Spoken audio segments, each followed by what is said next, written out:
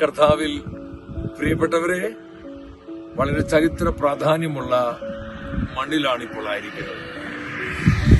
തുർക്കിയുടെയും ഇറാന്റെയും ബോർഡറിലാണ്. നമ്മൾ പുറകിൽ കാണുന്നത് അത്ര വ്യക്തമല്ല എങ്കിലും ഇത് അറാറത്ത് പർവ്വതമാണ്. നോഹ പെട്ടകം പണിത് ഭൂമുഖം മുഴുവൻ പരിശുദ്ധമായിട്ട് നമ്മളെ പഠിപ്പിക്കുന്നു. അവസാനം നോഹയുടെ പെട്ടകം ഉറച്ചത് ഈ അറാറത്ത് പർവ്വതത്തിലാണെന്ന് കർത്താവിന്റെ വചനം പറയുന്നു. എന്റെ സഹോദരങ്ങളെ, നമ്മളായിരിക്കുന്ന ഈ കാലഘട്ടത്തിൽ നമ്മുടെ കർത്താവ് നൽകിയ വളരെ നിർണായകമായൊരു അടയാളമായിരുന്നു.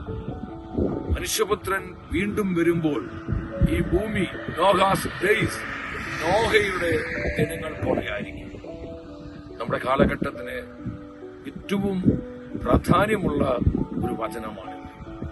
നിത്യതയുടെ വെളിച്ചം നഷ്ടപ്പെട്ട് ലൗകികരായി ലോകത്തിന്റെ സുഖഭോഗങ്ങൾക്ക് വേണ്ടി മാത്രം ജീവിച്ച ഒരു തലമുറയിൽ ദൈവത്തോടു കൂടെ നടന്ന് കർത്താവിന്റെ വഴിയിൽ ജീവിച്ച നീതിമാനായ ദൈവമനുഷ്യനായിരുന്നു നോഹ.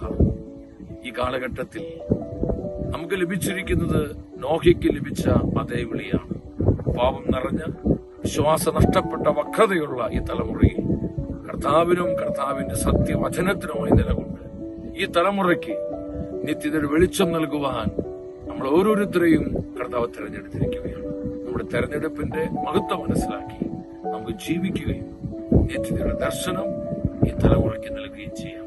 ഈ അറാറത്ത് പർവ്വതത്തിന്റെ താഴെ നിൽക്കുമ്പോൾ ഹൃദയം പ്രകാശിതമാവുകയാണ്.